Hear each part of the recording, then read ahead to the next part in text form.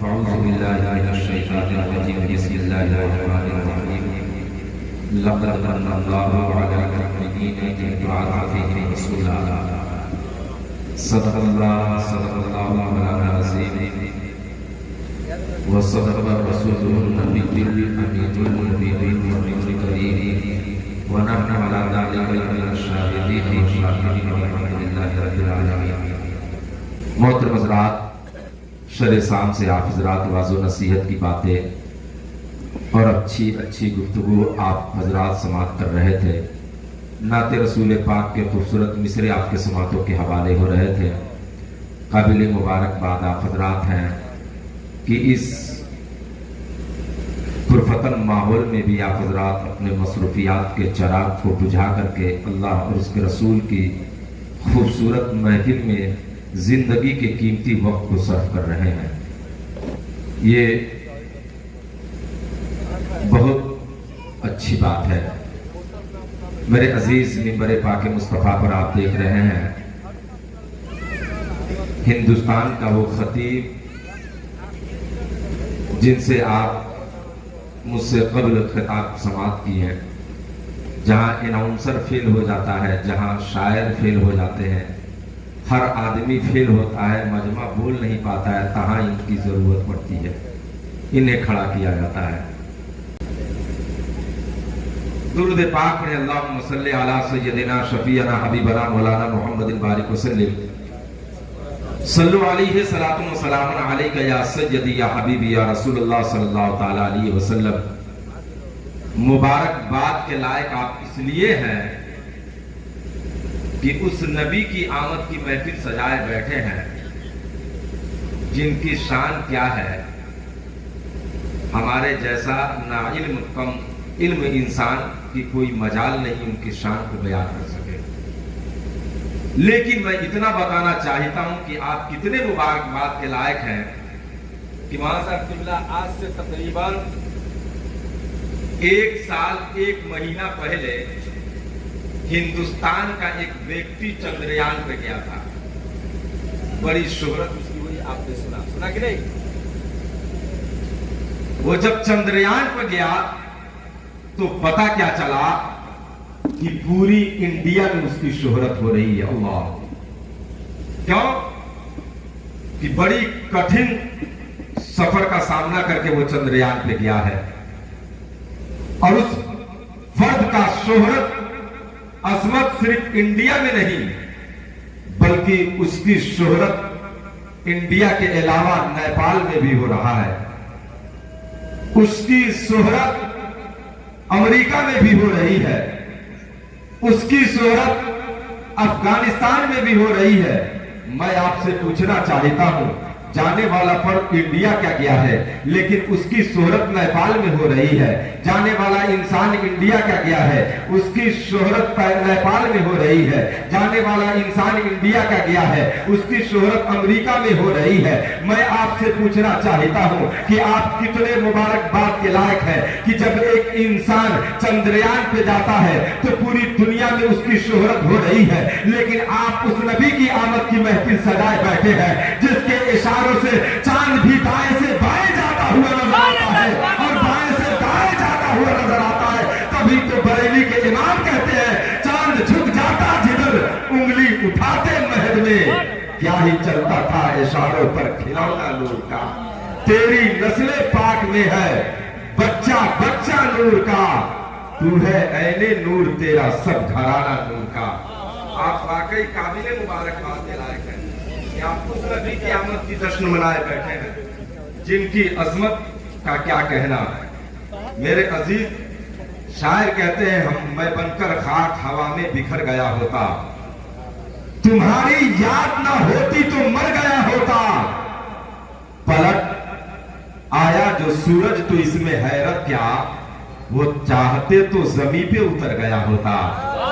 پلٹ آیا جو سورج تو اس میں حیرت کیا، وہ چاہتے تو زمین پہ اتر گیا ہوتا.